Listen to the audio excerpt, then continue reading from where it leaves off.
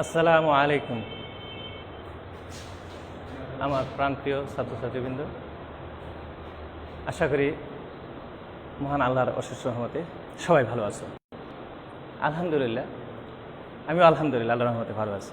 আল্লাহর অশেষ রহমত যে আল্লাহ তাআলা আজকে আমাকে তোমাদের জন্য কিছু পড়ার আর আমার জন্য কিছু পড়ার এখানে আসার জন্য তৌফিক দান করেছে। সেজন্য মহান আল্লাহ তাআলার শুকরিয়া জ্ঞাপন করছি, আলহামদুলিল্লাহ।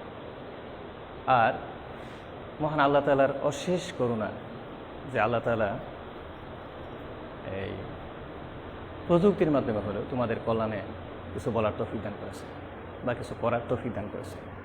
আর আমার প্রিয় রাসূলের, প্রাণপ্রিয় রাসূলের দরুদ শুকরিয়া, তার জন্য দরুদ নিবেদন করছি বা দরুদ পড়তেছি, আল্লাহুম্মা সাল্লি আলা মুহাম্মাদ বারিকা, যে যিনি সর্বকালের সর্বশ্রেষ্ঠ মহামানব, যে যার এই প্রশংসা জ্ঞাপন করে শেষ করতে পারো। আল্লাহ তাআলাই যার প্রশংসা করেছে। তাহলে এখন আমরা এই তোমাদের ব্যাপারে কিছু বলতে পারি, বলে তারপরে ক্লাসটা শুরু করবো ইনশাআল্লাহ। যে তোমাদের ব্যাপারে এটাই বলি যে আল্লাহ তাআলা তোমাদের মঙ্গল করুক, বা তোমরা যেখানে আসো প্রযুক্তির মাধ্যমে তোমাদেরকে আমি আমার কাছে নিয়ে আসার জন্য চেষ্টা করছি। তোমরা আমার কাছে থাকো, তাহলে আমি খুব আনন্দিত হব, বা তোমরা আমার কাছে থাকো, আমিও তোমাদের কাছে থাকতে পারলে আমার খুব ভালো লাগে। যা প্রাণপ্রিয় ছাত্রছাত্রীরা, যে আসলেই একজন শিক্ষকের প্রাণী হচ্ছে তার ছাত্রছাত্রী। তোমাদের সবার কল্যাণ হোক, বা তোমরা দুনিয়া আখিরে কল্যাণকর জীবন লাভ করো, সেটাই কিন্তু আমার প্রত্যাশা। আর সেই প্রত্যাশা নিয়েই আজকে তোমাদের জন্য সুন্দর একটা ক্লাস উপস্থাপন করার জন্য আমি এখানে হাজির হয়েছি। যে আল্লাহ তাআলা যদি চায় ইনশাআল্লাহ ইনশাআল্লাহ আমি তোমাদের জন্য একটা ভালো ক্লাস করার চেষ্টা করব। যে আসলে ক্লাসটা শুরু করেছিলাম আগে, কিন্তু হয়তো প্রযুক্তিগত কারণে কোনো সমস্যা হয়েছে, সেটা হয়নি। সেজন্য এক্সট্রিমলি সরি। আবার শুরু করছি এখন থেকে। এটা আশা করি আলহামদুলিল্লাহ আল্লাহর মতো ভালো হবে, যে প্রযুক্তির কোনো সমস্যা হবে না ইনশাআল্লাহ। আল্লাহ তাআলা যদি রহমত করে। তে আসলে যে সারা পৃথিবীর প্রেক্ষাপটে যে আমরা এখানে, যদিও তোমরা সামনে নেই, কিন্তু আমি মনে করবো যে তোমরা আমার সামনে আছো, যে তোমরা এই ক্লাস থেকে কিছু অর্জন করতে পারবে আশা করি। আর কিন্তু ভালোভাবে এটা উপলব্ধি করতে হবে যে ক্লাসটা আজকে আমরা নিতে যাচ্ছি বা আমি নিতে যাচ্ছি, সেটা তোমাদের এই সুবিধার জন্য বা ভালো রেজাল্ট করার জন্য। তাহলে এটা আশা করি কল্যাণকর হবে। আসলে আমাদের সবাই উপলব্ধি করতে হবে যে পুঁথিগত বিদ্যাই কিন্তু আসলে কিন্তু শেষ নয়। যে একটা বিষয় অধ্যয়ন করলে বা বিষয়টা সামান্য কিছু অর্জন করে একটা ভালো রেজাল্ট, সিম্পল একটা রেজাল্ট করে ফেললে, আসলে পাসও না, সিম্পল একটা রেজাল্ট হলে, শুধু পাস হলে, তাহলে এটা কিন্তু কোনো কাজে আসবে না। তোমার একটা বিষয় ভালোভাবে উপলব্ধি করতে হবে, আত্মস্থ করতে হবে, আর সেটা অর্জন করে ভালো সুন্দর একটা যদি রেজাল্ট করতে পারো, ভালো একটা রেজাল্ট করতে পারো, তাহলে তোমার সারা পৃথিবীর একজন নাগরিক হিসাবে তোমার জ্ঞানার্জনের পথ খুলে যাবে। এখন সারা পৃথিবীর যে কোনো ইউনিভার্সিটিতে ভর্তি হতে পারবে তুমি যদি কী করো, যে তোমার ভালো রেজাল্ট করতে পারে। আর যদি অবহেলায় কাটিয়ে দাও, যদিও তোমাদের বা অনেক সময় নষ্ট হয়েছে, কিন্তু তারপরেও তোমাকে এখানে একটা কিছু ভালো করতে হবে, ভালো রেজাল্ট করতে হবে। যে এই ভালো রেজাল্ট না করতে পারলে তাহলে তোমার জন্য বা ভবিষ্যৎ জ্ঞানার্জনের পথটা সংকীর্ণ হয়ে যাবে। সেজন্য আমি আশা করি তোমরা ভালো রেজাল্ট করবে। ভালো রেজাল্টের জন্য একান্ত প্রচেষ্টা ছাড়া আর কোনো উপায় নেই। আর সারা পৃথিবীর প্রেক্ষাপটে যে তুমি আসলে এই জ্ঞানার্জন করে কী করবে, তোমার জ্ঞানার্জনের একটা মহৎ একটা উদ্দেশ্য থাকা, যে উদ্দেশ্যটা যদি তোমার সফল না হয় বা উদ্দেশ্যটা যদি তোমার সঠিক গন্তব্যে পৌঁছার মতো উদ্দেশ্য না থাকে, তাহলে তুমি সঠিক গন্তব্যে পৌঁছতে পারবে না। আর সঠিক গন্তব্যে পৌঁছতে না পারলে তোমার বিদ্যা কোনো কাজে লাগবে না। আমি আশা করি তোমার গন্তব্য হবে, 1 নম্বর তোমার চিন্তাধারা হবে যে তুমি মহান আল্লাহর সন্তুষ্টির জন্য জ্ঞানার্জন করতেছো, 1 নম্বর কথা। আর 2 নম্বর কথা হচ্ছে যে এই জ্ঞানার্জন দ্বারা যা অর্জন করতেছো, সেটা তোমার জন্য যেমন কল্যাণকর হবে বা কল্যাণকরভাবে প্রয়োগ করার চেষ্টা করবে, সেজন্য সারা পৃথিবীর সারা পৃথিবীর মানুষের কল্যাণের জন্য যে তোমার জ্ঞানার্জনটা প্রয়োগ করতে পারো, সেটাও একটা তোমার লক্ষ্য থাকতে হবে। তাই এর জন্য যদি তুমি সময় কাটাও, অলসতা করো, তাহলে তোমার যেমন কল্যাণ হবে না, হ্যাঁ, এরকম কল্যাণ এই রাষ্ট্রের হবে না, তুমি যে রাষ্ট্রে বসবাস করো সে রাষ্ট্রের হবে না, সারা পৃথিবীর একজন তুমি নাগরিক হিসেবে সারা পৃথিবীর কোনো কল্যাণ তোমার দ্বারা হবে না। তাই আমি আশা করি তুমি তোমার কল্যাণে যেমন আত্মনিয়োগ করবে ব্যক্তিগত, এরকম সারা পৃথিবীর মানুষের কল্যাণের জন্য তুমি আত্মনিয়োগ করবে, আর সেই জন্যই তোমার জ্ঞানার্জনটা করবে, ভালোভাবে স্টাডি করবে। আর সারা পৃথিবীর যে বিপর্যয় নেমে আসছে, এই বিপর্যয়ে অনেক কিছু শিক্ষণীয় আছে, যে এখান থেকে অনেক কিছু শিক্ষণীয় আছে, যে মানবজাতি বিশাল অহংকার, ঐশ্বর্য, প্রাচুর্য, প্রভাব প্রতিপত্তি, বিশাল সামরিক শক্তি, বিশাল অর্থনৈতিক শক্তি, এগুলো নিয়ে অহংকার করার কিছু নেই। যারা অহংকার করে তাদের জন্য কি হয়, বিশাল পতন নেমে আসে। সারা পৃথিবীর কোনো শক্তি অসীম নয়, সব সসীম। অসীম শক্তির অধিকারী একমাত্র আল্লাহ। তাহলে যে সামান্য একটা ভাইরাসের কাছে সারা পৃথিবী তছনছ হয়ে গেছে, আত্মসমর্পণ করেছে পৃথিবী। তাহলে সর্বশ্রেষ্ঠ সার্বভৌমত্ব ক্ষমতার অধিকারী একমাত্র আল্লাহ। তাহলে এইখান থেকে শিক্ষা নিতে হবে যে একমাত্র আল্লাহ তাআলার গুণাবলী, আল্লাহ তাআলার শ্রেষ্ঠত্ব মহত্ব ব্যাখ্যা করে, আল্লাহ তাআলার শ্রেষ্ঠত্বের কাছে মাথা নত করে, আল্লাহর হুকুম পালন করে দুনিয়া আখিরাত কল্যাণ লাভ করা যায়। আর সেটা কল্যাণের জন্যই এই জ্ঞান অর্জন করতে হবে তোমাকে, এটা খেয়াল রাখতে হবে। আমরা আজকে যে বিষয়টি আলোচনা করতে যাচ্ছি, অর্থনীতি প্রথম পত্রের নবম অধ্যায়ে আলোচনা করব। নবম অধ্যায়ের এই কিছু বিষয় আলোচনা করব, যে আমরা পাঠ্য বিষয়ে যেতে পারি আজকে।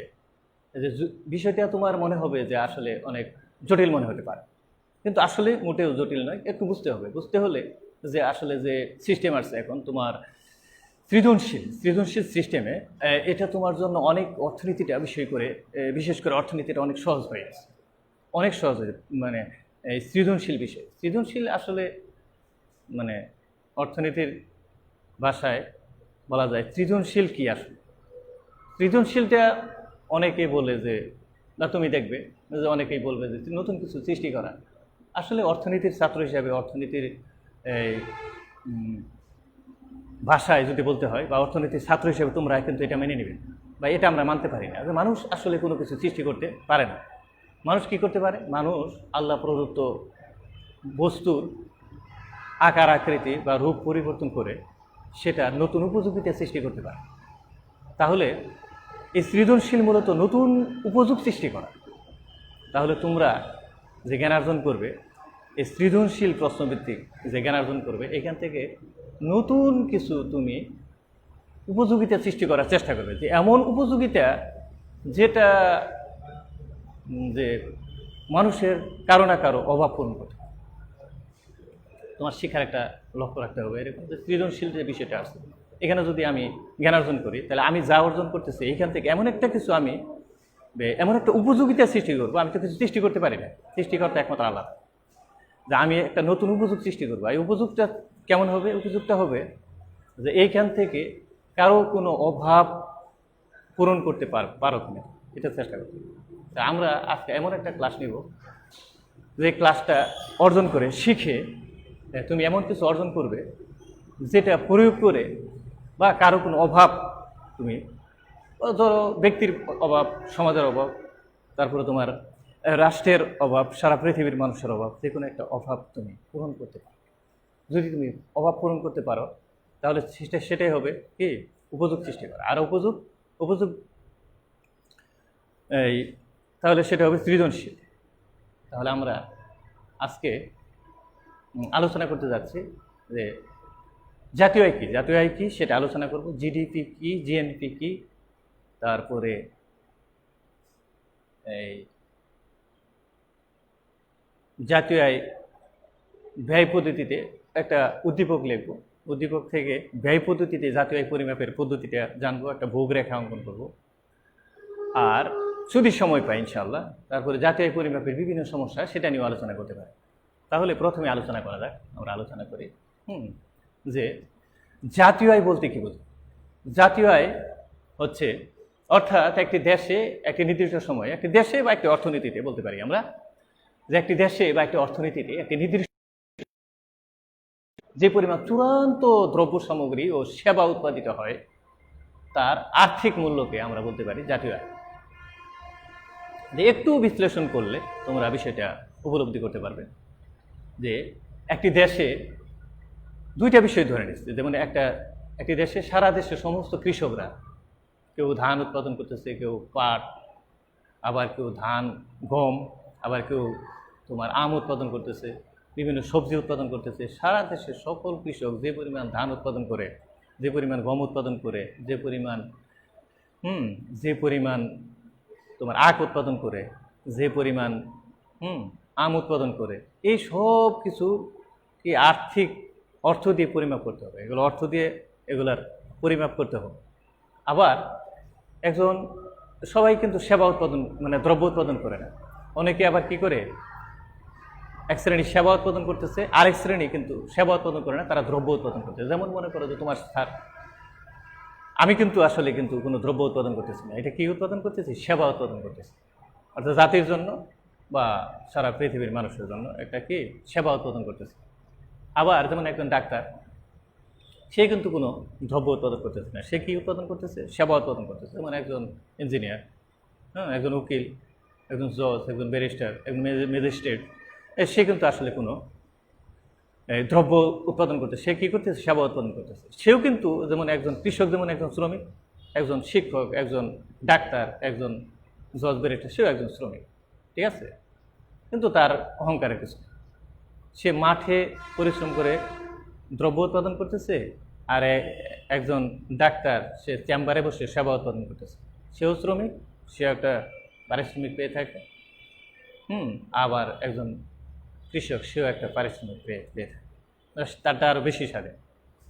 তাহলে যে একজন কি করতেছে? এক শ্রেণী সেবা উৎপাদন দ্রব্য উৎপাদন করতেছে, আরেক শ্রেণী কি করতেছে? সেবা উৎপাদন করতেছে। এই দ্রব্যটা যেমন অর্থের মাধ্যমে পরিমাপ করতে হবে, আবার আরেকজনের সেবাটাও, যারা সেবা উৎপাদন করতেছে তাদের সেবাটাও কি করতে হবে? অর্থের মাধ্যমে পরিমাপ করতে হবে। এই পরিমাপ করলে যে পরিমাণ দ্রব্য সামগ্রী ও সেবা এক বছরে উৎপাদন হয়েছে, সেটা অর্থের মাধ্যমে কি করতে হবে? পরিমাপ করতে হবে। পরিমাপ করলে দেখা যাবে যে আয় হচ্ছে সেটা হলো কি? জাতীয় আয়। এখন আমরা দেখতে পারি যে এই জাতীয় আয়টা যে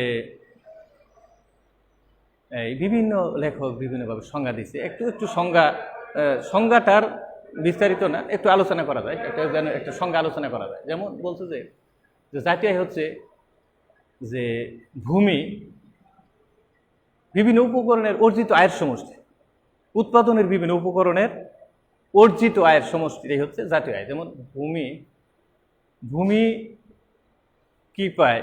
ভূমির জন্য কি পায়? ভূমি থেকে কি আসে? খাজনা আসে। ভূমি শ্রমিক শ্রম দিয়ে কি পায়? মজুরি পায়। মূলধন যে ব্যবহার করে মানুষ, মূলধন থেকে কি আসে? সুদ আসে। সংগঠন কি পায়? যারা সংগঠক বা সংগঠনে কাজ করে তারা কি পায়? মুনাফা লাভ করে। তাহলে জাতীয় আয় হচ্ছে এই চারটি উৎপাদনের বিভিন্ন উপকরণ: ভূমি, শ্রম, মূলধন, সংগঠন। এই চারটি উপকরণের অর্জিত আয়ের সমষ্টি হচ্ছে জাতীয় আয়। যেমন ভূমির জন্য কি পায়? খাজনা পায় ভূমির। তারপরে শ্রমিক পায় শ্রম থেকে মজুরি, মূলধন পায় সুদ, আর সংগঠন পায় মুনাফা। তাহলে ভূমি, শ্রম, মূলধন, সংগঠন, জাতীয় আয় হচ্ছে এই উপকরণগুলোর অর্জিত আয়ের সমষ্টি। এবার বলা যায় যে জিএনপি কি? জিএনপি আসলে যখন আমরা জাতীয় আয় পরিমাপ করি, জাতীয় আয় পরিমাপ করলে যে দেশের অভ্যন্তরে থাকতে পারে, আবার দেশের বাইরেও আমাদের শ্রমিকরা যেমন দেশের অভ্যন্তরে থাকতে পারে, অভ্যন্তরে শ্রম দিচ্ছে। আবার কি হচ্ছে? সারা পৃথিবীর বিভিন্ন রাষ্ট্রে, যেমন এশিয়ার বিভিন্ন মধ্যপ্রাচ্যে, বিশেষ করে মধ্যপ্রাচ্যে, এশিয়ার বিভিন্ন দেশে, আবার ইউরোপ মহাদেশে, আমেরিকাতে, অস্ট্রেলিয়া, আফ্রিকাতে অনেক শ্রমিক, আমাদের দেশের শ্রমিক নিয়োজিত আছে। তাদের অর্জিত আয়ের সমষ্টিটা যেমন জাতীয় অন্তর্ভুক্ত হবে, দেশের সমস্ত শ্রমিক সেটাও তাদের অর্জিত আয় বা তাদের এই সেটা মানে জাতীয় আয়ে অন্তর্ভুক্ত হবে। এখন জিএনপি কি? জিএনপি হচ্ছে এই দেশের বাইরে না, জিএনপি হচ্ছে যে দেশের অভ্যন্তরে এবং দেশের বাইরে সব আয় যখন অন্তর্ভুক্ত হবে, বিদেশে অবস্থানরত শ্রমিক, দেশে অবস্থানরত শ্রমিক, তারপরে বিদেশে অবস্থানরত ডাক্তার, ইঞ্জিনিয়ার, শিক্ষক, সমস্ত কিছু আয়, সেবা, সেটা আর্থিক মূল্যটা অন্তর্ভুক্ত হবে কোথায়? জিএনপিতে।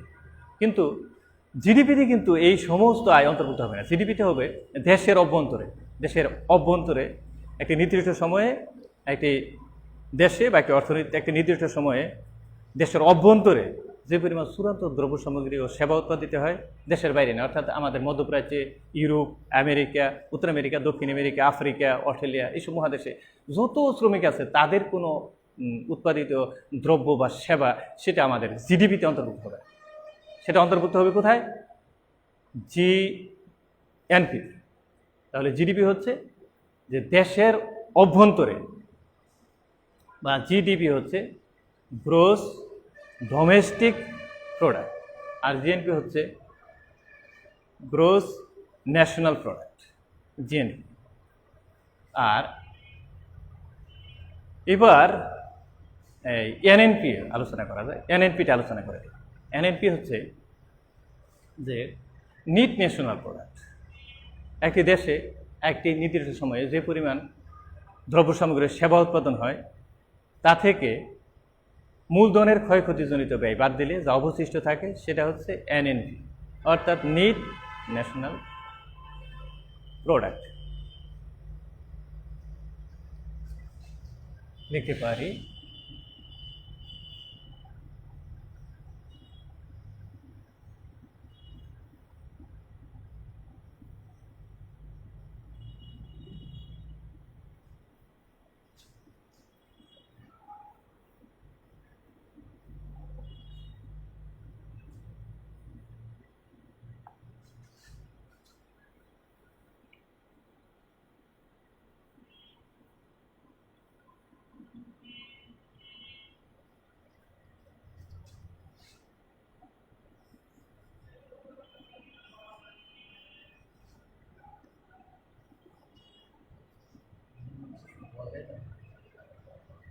জিএনপি হচ্ছে gross, GROSS, gross NATIONL, national product, PRODUCT, product, gross national product.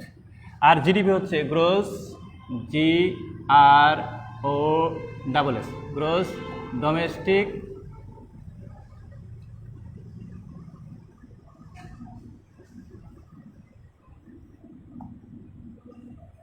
Gross domestic product.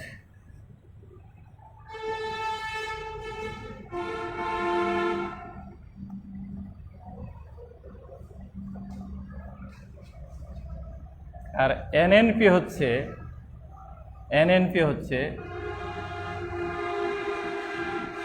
Net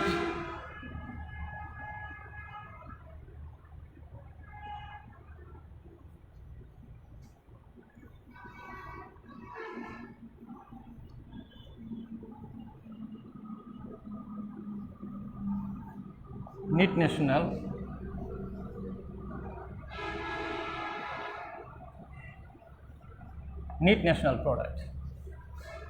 মোট জাতীয় উৎপাদন, মোট অভ্যন্তরীণ উৎপাদন, আর নেট ন্যাশনাল প্রোডাক্ট, নেট জাতীয় উৎপাদন প্রোডাক্ট। তাহলে আমরা জানছি যে জিএনপিটা কি। জিএনপি হচ্ছে একটি দেশের অভ্যন্তরে এবং দেশের বাইরে সারা পৃথিবীতে ছড়িয়ে থাকা সমস্ত শ্রমিক এবং এই ডাক্তার, ইঞ্জিনিয়ার, তোমার জজ, ব্যারিস্টার, যেই হোক, সারা পৃথিবীতে তারা যারা যত ছড়িয়ে আছে সমস্ত এই আমাদের দেশের জনগণ, তারা যে রেমিটেন্স পাঠাচ্ছে সব কিছু মিলিয়ে, অর্থাৎ দেশের জনগণ দেশের অভ্যন্তরে এবং দেশের বাইরে থেকে যে পরিমাণ চূড়ান্ত দ্রব্য সামগ্রীর সেবা উৎপাদন করতেছে, এই সেবাটা হচ্ছে জিএনপি। আর জিডিপি হচ্ছে অর্থাৎ দেশের বাইরে সমস্ত শ্রমিক সারা পৃথিবীর সমস্ত পৃথিবীতে যে কোনো রাষ্ট্রে আমাদের দেশের যে ডাক্তার, ইঞ্জিনিয়ার বা সাধারণ শ্রমিক যারা এই শ্রম দিচ্ছে, যে এরা যে পরিমাণ দ্রব্য উৎপাদন করতেছে বা সেবা উৎপাদন করতেছে, এটা বাইরে, এটা বাদ। দেশের অভ্যন্তরে, শুধু একটি দেশের অভ্যন্তরে যে পরিমাণ চূড়ান্ত দ্রব্য সামগ্রীর সেবা উৎপাদন হচ্ছে একটি নির্দিষ্ট সময়ে, সেটা হচ্ছে জিডিপি। আর এনএনপি হচ্ছে একটা দেশের অভ্যন্তরে যে পরিমাণ চূড়ান্ত, অর্থাৎ জিএনপি। এনএনপি হচ্ছে আমরা লিখতে পারি জিএনপি মাইনাস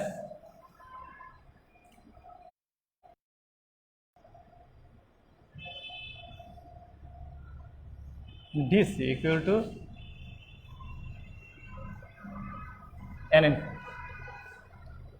জিএনপি থেকে ডিসি বা ডেপ্রিসিয়েশন কস্ট বা ক্ষয়ক্ষতিজনিত ব্যয় বাদ দিলে যে অবশিষ্ট থাকে সেটা হচ্ছে এনএনপি। এখন জিএনপি যে পরিমাণ সারা পৃথিবীতে আমাদের দেশের সকল নাগরিক যে পরিমাণ চূড়ান্ত দ্রব্য সামগ্রীর সেবা উৎপাদন করতেছে, তা থেকে যদি আমরা ডেপ্রিসিয়েশন কস্ট, মূলধনের ক্ষয়ক্ষতিজনিত ব্যয় বাদ দেয়, মূলধন কি আসলে? মূলধন হচ্ছে মানুষের শ্রমের দ্বারা যে পরিমাণ জিনিসটা উৎপাদন হয়েছে, এই উৎপাদিত দ্রব্য, মানুষের শ্রমের দ্বারা উৎপাদিত দ্রব্য পুনরায় অধিক উৎপাদনে যে ব্যবহৃত হয়, সেটা হচ্ছে মূলধন। যেমন মনে করো তো, তোমার এই একটা টেক্সটাইলে বিভিন্ন ধরনের মেশিন আছে, একটা গার্মেন্টস শিল্পে বিভিন্ন ধরনের মেশিন আছে, যে তারা যে পরিমাণ প্রথমে তারা একজন মানুষ কি ব্রেন দিয়ে সেটা তৈরি করেছে, আবার তৈরি হয়ে সে কিন্তু আর বসে নাই, সে পরিমাণ সে দ্রব্য উৎপাদন করতেছে।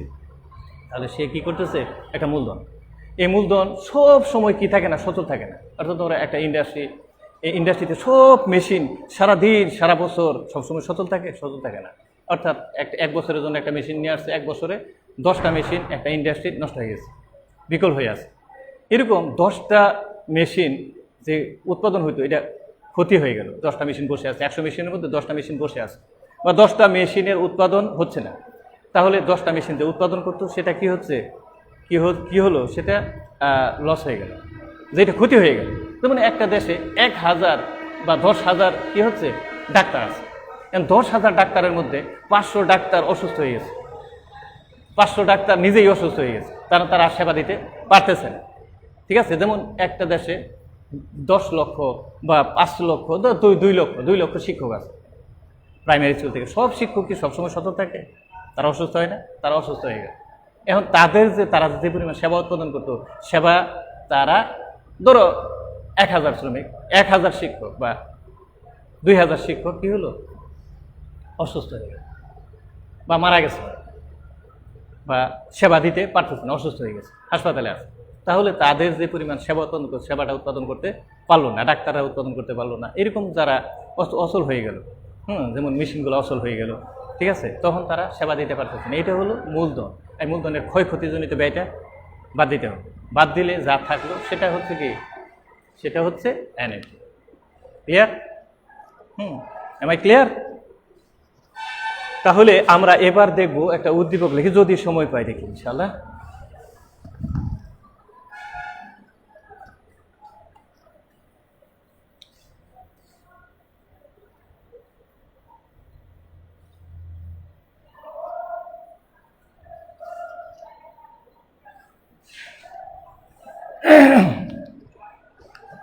সবাই এই উদ্দীপকটা লিখে নাও, যে একটি দেশের অর্থনীতিতে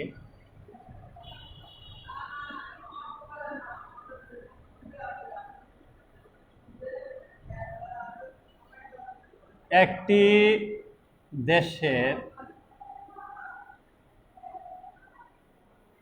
অর্থনীতিতে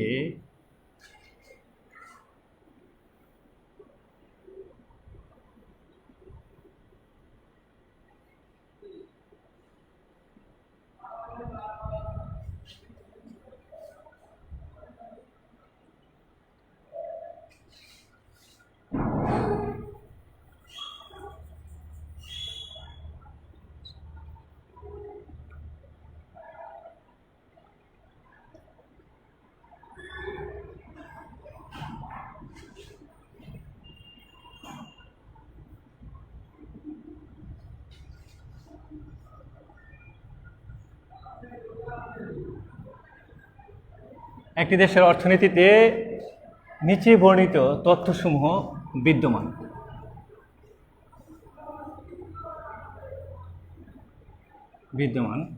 যেমন যেখানে c প্লাস 5y আর ভোগ অর্থাৎ এই ভোগ সমীকরণ, এটা তো ভোগ সমীকরণ, c = 100 প্লাস 0.5y আর যেখানে বিনিয়োগ হচ্ছে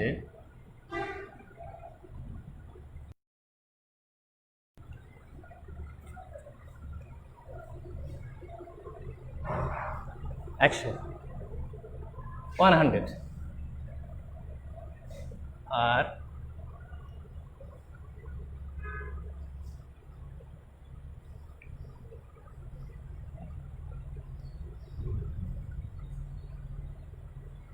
দেখতে পারি একটি দেশের অর্থনীতিতে নিচে বর্ণিত তথ্যসমূহ বিদ্যমান। যেমন c = 100 প্লাস 0.5y, i = 100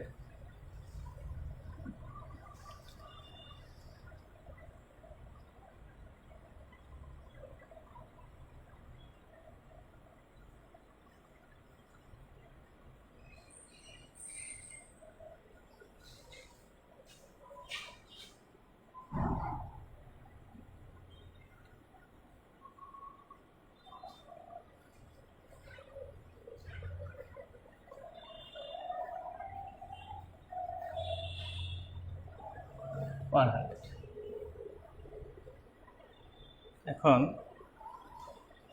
যে তোমাদের প্রশ্নে এরকম একটা উদ্দীপক থাকতে পারে, একটি দেশের অর্থনীতিতে নিম্নোক্ত বা নিচে বর্ণিত তথ্যসমূহ বিদ্যমান। যেখানে ভোগ হচ্ছে যে দেশের সকল মানুষের ভোগ, যে ভোগ সমীকরণ, যে 100 প্লাস 0.5y আর বিনিয়োগ হচ্ছে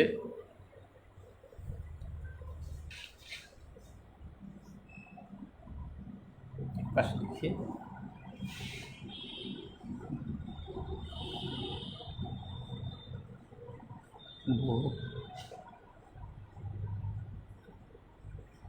c = ভোগ কনজামশন আর i = ইনভেস্টমেন্ট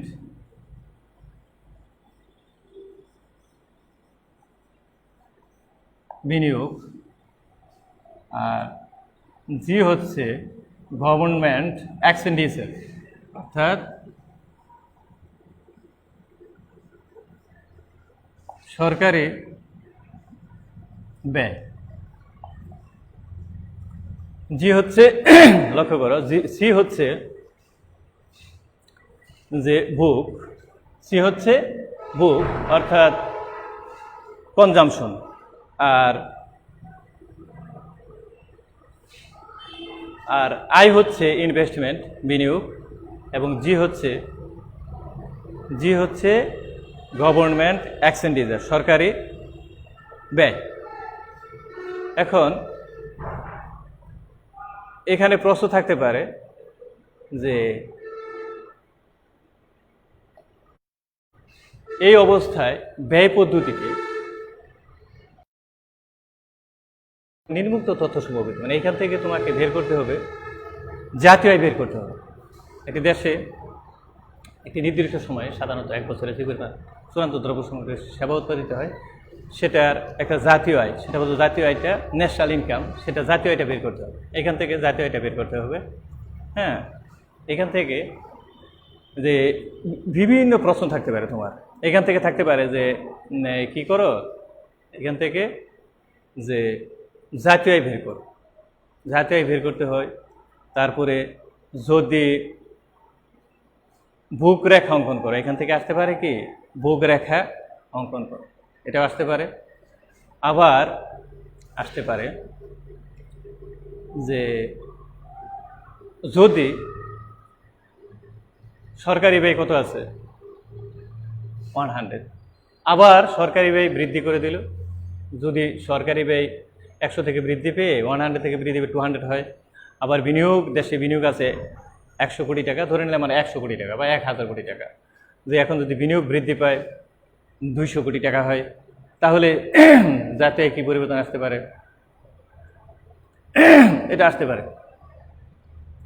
তাহলে আমরা এবার এই এই বিষয়টা আবার বুঝতে হবে যে ভোগটা, এই ভোগ সমীকরণটা আগে তোমাদেরকে আমি অবশ্য এটা বুঝিয়েছি। এখন আবার আরেকটু স্পষ্টভাবে বলতে চাই যে এখানে ভোগটা হচ্ছে ভোগ দুই ধরনের, একটা স্বয়ংভূত ভোগ আর প্ররোচিত ভোগ। যাতে এই 100টা হচ্ছে স্বয়ংভূত ভোগ, যে অর্থাৎ একটা নির্দিষ্ট সময়ে যেমন এইটার কোনো পরিবর্তন নাই, যে যদি আয় নাও থাকে তাহলে কি করতে হবে, ভোগ করতেই হবে। আর সেটা হচ্ছে স্বয়ংভূত ভোগ, অর্থাৎ যেটা আয়ের উপর নির্ভর করে না। অর্থাৎ আয় না থাকলেও ঋণ করে হলেও সে কী করতে হবে, ভোগ বজায় রাখতে হবে। যেমন নির্দিষ্ট পরিমাণ কাপড়, নির্দিষ্ট পরিমাণ খাবার, নির্দিষ্ট বাসস্থান ঋণ করে হলেও সেটা কী করতে হবে, বজায় রাখে মানুষ। আর সেটা হচ্ছে স্বয়ংভূত ভোগ। আর এটা হচ্ছে প্ররোচিত ভোগ। প্ররোচিত ভোগটা তোমার আয়ের উপর নির্ভরশীল। যেমন এই যে 0.5, এটার মান হচ্ছে এরকম যে তোমার আয় বাড়লে কি হবে, যে ভোগটা বাড়বে, আয় কমলে ভোগ কমবে। সেই জন্য সমীকরণটা এরকম। আর বিনিয়োগও আছে স্বয়ংভূত বিনিয়োগ, প্ররোচিত বিনিয়োগ, কিন্তু আমরা ধরে নিচ্ছি বোঝার সাথে শুধু যে স্বয়ংভূত বিনিয়োগটা ধরে নিচ্ছি কত 100। আবার যেটা হচ্ছে সরকারি ব্যয়, এখানে কিন্তু ওই সমীকরণটা আরও প্রসারিত আসতে পারে। যেমন মুক্ত অর্থনীতিতে, যেমন এটা দেখা যাচ্ছে কি বদ্ধ অর্থনীতিতে, অর্থাৎ একটা শুধু দেশের অভ্যন্তরে, অর্থাৎ বিদেশ থেকে আমরা বিশাল পণ্য আমদানি করতে পারি, সেটা আমরা এখন দেখাচ্ছি না। আমদানিটা এখানে এই সমীকরণে আমরা দেখাচ্ছি না, যে এক্সপোর্ট দিয়ে ইম্পোর্ট, যে এটা আমরা কি করতেছি না, এখানে দেখাচ্ছি না এক্সপোর্ট ইম্পোর্ট। সেটা যদি আসে যে এগুলা বৃদ্ধি করে দেয়, এক্সপোর্টের মান দেওয়া থাকবে, এক্সের মান দেওয়া থাকবে, তারপরে এর মান দেওয়া থাকবে, ধরো আমদানি রপ্তানির ব্যবধান, সেটা আসতে পারে সমীকরণ, যে ওটা ব্যয় পদ্ধতি। কিন্তু এটা যে তোমাদেরকে সংক্ষেপ করে দিচ্ছে, মানে সহজ করে দিচ্ছে, যে তথ্যগুলো দেওয়া আছে যে ভোগ সমীকরণ আর এটা কি বিনিয়োগ সমীকরণ। যে এখান থেকে কি করতে পারি আমরা, যে আগে আমরা কি জানলাম, যে জাতীয় আয় কি, তারপরে জিএনপি কি, জিডিপি কি, এনএনপি কি। এখন আমরা জানতেছি যে একটা সমীকরণ, একটা উদ্দীপক আছে, উদ্দীপকে বিভিন্ন তথ্য দেওয়া আছে। এই তথ্য থেকে আমাদের কি করতে হবে, এখন যে জাতীয় আয় পরিমাপ করে বের করে দেখাতে হবে। আবার এখান থেকে আরেকটা প্রশ্ন আসতে পারে, আমরা ভোগ সমীকরণ থেকে ভোগ রেখা অঙ্কন করতে পারি, এটাও আসতে পারে। তাহলে এটা কিন্তু মুছে ফেললাম আপাতত।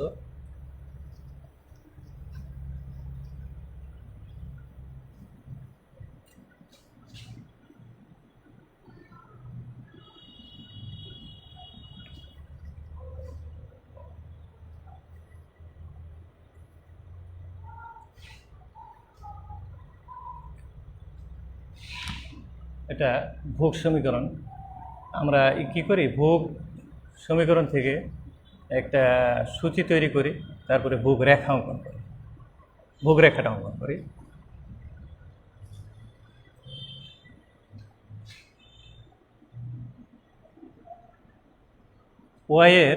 ওয়াই হচ্ছে কি চলক, মনে আছে না, সব ভুলে গেছো। ওয়াই হচ্ছে স্বাধীন চলক, আর অধীন চলক হচ্ছে সি। ওয়াই এর বিভিন্ন মানের প্রেক্ষিতে আমরা সি এর বিভিন্ন মান পেতে পারি। তো ওয়াই এর মান যখন শূন্য, তখন সি এর মান 100। ওয়াই এর মান যখন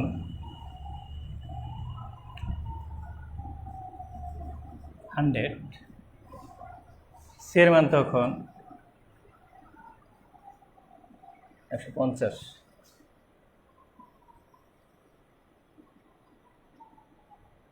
ওয়াই এর মান যখন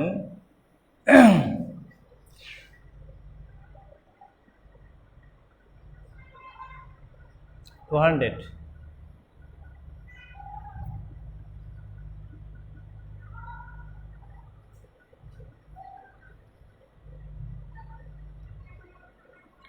তখন সি এর মান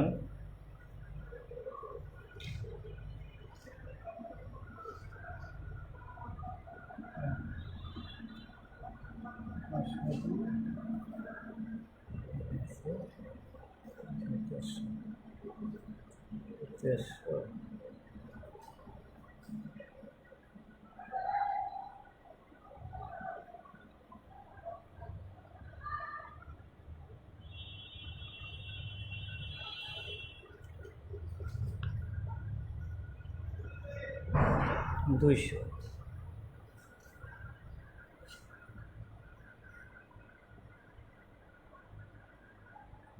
দুইশো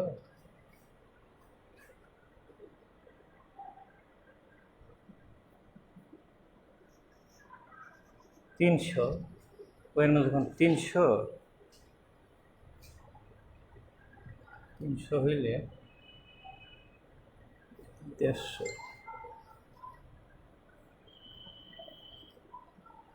250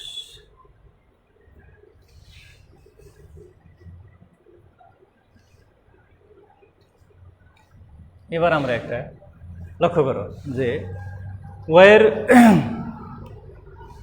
ওয়ের বিভিন্ন মানের প্রেক্ষিতে ওয়ের হচ্ছে স্বাধীন চলক আর সি হচ্ছে অধীন চলক। ওয়ের মান যখন 0 তখন সি এর মান 100, আর অর্থাৎ আয় যখন 0 তখন একটা ভোগ আছে, অর্থাৎ 1000 টাকা বা 100 টাকা, 1000 টাকা, 1 লক্ষ টাকা, 1 কোটি টাকা, অর্থাৎ এটা হলো নির্দিষ্ট পরিমাণ ভোগ, অর্থাৎ স্বয়ংভূত ভোগ। এই ভোগটা বজায় রাখতে হবে। আবার এবার যখন আয় যখন বাড়ছে তখন ভোগও বাড়ছে, আয় বাড়ছে তখন কি হচ্ছে, ভোগও বাড়ছে। যে তখন কত, আয় যখন 100 তখন ভোগ তখন 150, আয় যখন 200 ভোগও তখন 200।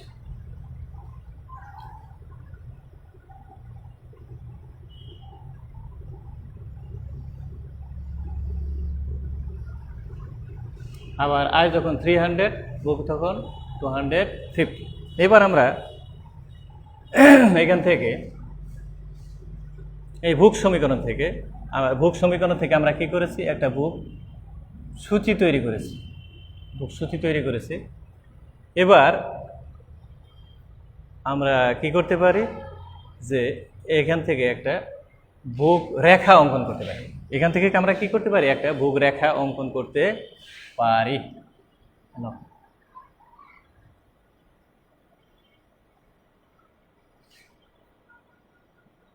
চিত্রে ভূমি অক্ষে বা ও এক্স অক্ষে ওয়াই এবং লম্ব অক্ষে সি এর মান সি হচ্ছে, দেখো 100, তো সি এর মান কত আছে, 200, 300।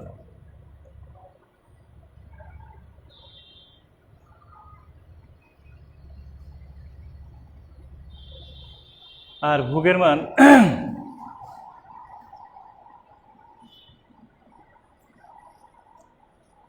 এক 2 3, এটা আমরা ধরে নিছি যে ভোগের মান ওয়াইয়ের মান হচ্ছে প্রথমে 100, 200, 300। দেখো যে আয় যখন 0 তখন ভোগ তখন কত, 100। এটা একটা বিন্দু পেলাম, এ বিন্দু। আবার আয় যখন 100 তখন ভোগ তখন 150 কোথায় আছে, দেখো এখানে আছে।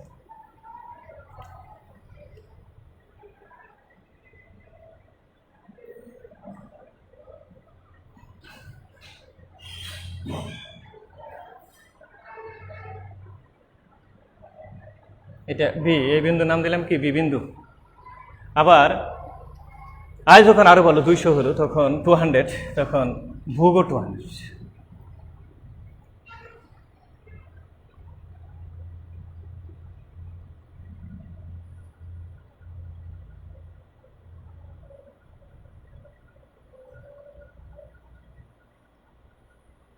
আবার আয় যখন আরও বাড়লো 300, তখন এই দেখো 250 কোথায় আছে, ঠিক মাঝখানে আছে 250। আয় যখন 300 তখন 200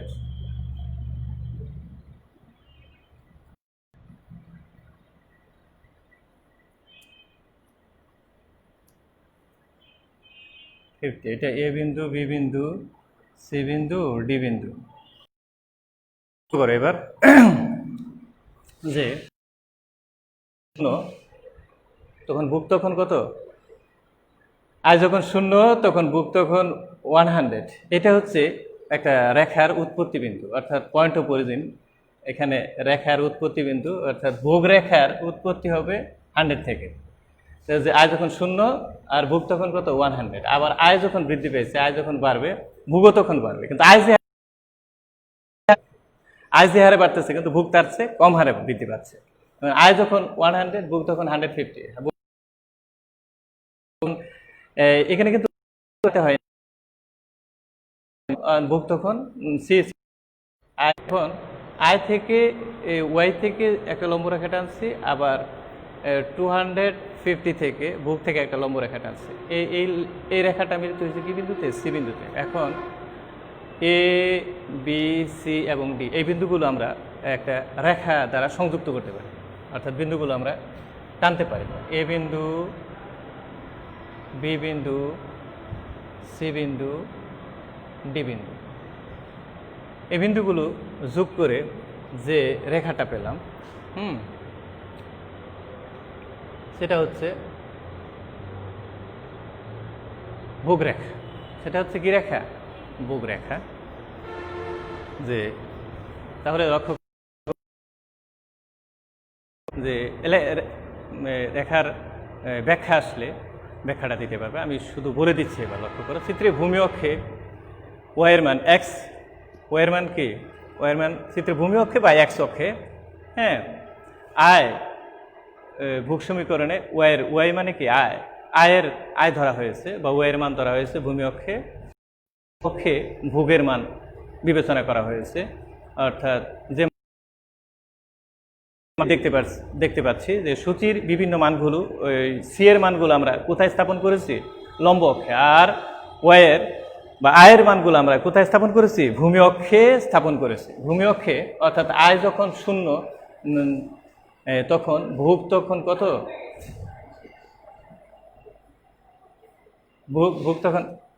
ভোগ তখন আয় যখন 0 ভোগ তখন 100, আয় যখন 100 ভোগ তখন কত 150, আয় যখন 200 ভোগ তখন 200, আয় যখন 300 ভোগ তখন যোগ করতে পারি। এখন এই সব বিন্দুগুলো যোগ করলে যে রেখাটা পাচ্ছি সেটা হচ্ছে কি রেখা, ভোগ রেখা। এটা হলো কি রেখা, ভোগ রেখা। তাহলে আসলে অনেক ছিল, বা আশা করি তোমরা বিষয়টা বুঝতে পেরেছো। হ্যাঁ, যে